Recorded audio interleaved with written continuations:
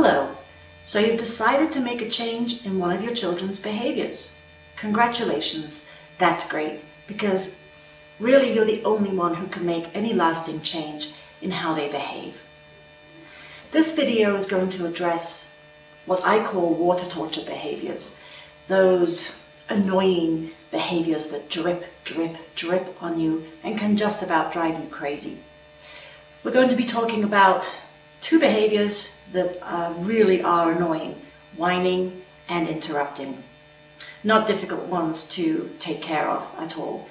And the technique I'm going to be describing is what I call the active ignoring technique. Okay, there are 3 steps to this, and it's very simple. The first step is the setup. Before making any change to your child's behaviors, it's best to prepare him and set him up so he's somewhat ready for it when it comes. Let him know, next time you whine or interrupt, I'm just not going to listen to you. You're big enough now, you're old enough. I know you know how to use your regular voice. I know you can wait for a couple of minutes for me to turn around and find out what you need. So next time you whine or interrupt, I'm just going to let you take care of it and use your regular voice. That's the first step. The second step, and this is, I think, the trickiest part at first anyway. The second step is when you go through it, the follow-through step. That's what you've really got to do, is catch yourself. Because if you react in your normal way when he whines or interrupts, you're just going to keep that behavior going. So instead of reacting in your normal way by saying, oh, don't whine, don't interrupt, use your regular voice or whatever, just don't say anything. When he does his whining or interrupting, catch yourself and don't respond. Focus on something else. It makes it easier for you to ignore him if you've got something else to take care of. At the same time, keep an ear on him just in case what he's whining about or what he's interrupting you for is very serious and you need to take care of that, because of course safety always comes first. But if it's just his regular whining or interrupting for no reason, he can wait a little while till he's stopped whining or interrupting. So this might take a little while because he might not like the fact that you're not taking any notice of him, and he might up the ante. If he does that, all you can do is calmly and kindly, with a neutral voice, remind him of what you said during the setup. You can say, remember what we spoke about. Next time you whine or interrupt, I'm not going to take any notice of it because you're big enough to take care of that yourself now.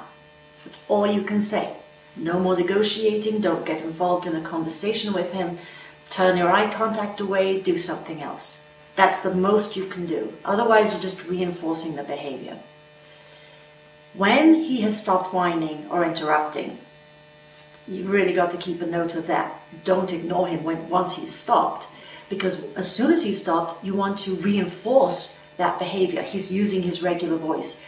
Make sure you acknowledge that right away. So step 3 is that very important reinforcement step. When he stopped whining or interrupting, turn to him and say, I hear you're using your regular voice. Great. Let's deal with what it is you need. If he stopped interrupting, turn to him and say, you know, it's so great when you don't interrupt. We can deal now. What is it that you want? When you've taken care of the need, or whatever it was he was asking you for, then that's it. It's done. You asked him to stop whining, or you asked him to stop interrupting. He did that. He accomplished that, and that's what he gets rewarded for. Don't go back and revisit the fact that he was whining or interrupting. Don't worry about that. Once you consistently, or as consistently as possible, can ignore these behaviors, they'll go away. Behaviors only stick around if they are attended to. Even if the reaction you give them is negative, it's still attention and behaviors will still stay. So remember, active ignoring. Step 1, prepare your child, let him know what's going to happen next time he does the behavior. Step 2, follow through. When it happens, make sure you do what you said you were going to do. And then third of all, praise or acknowledge him for doing what you asked him to do. I'm Fiona Cattermole, behaviorist, parent coach, and author of Kids in Chaos, Restoring Calm Through Behavioral Change. This video hopefully did what you wanted it to do for you. But in case it didn't, and in case you need something customized to your particular situation, you can either set up a coaching session.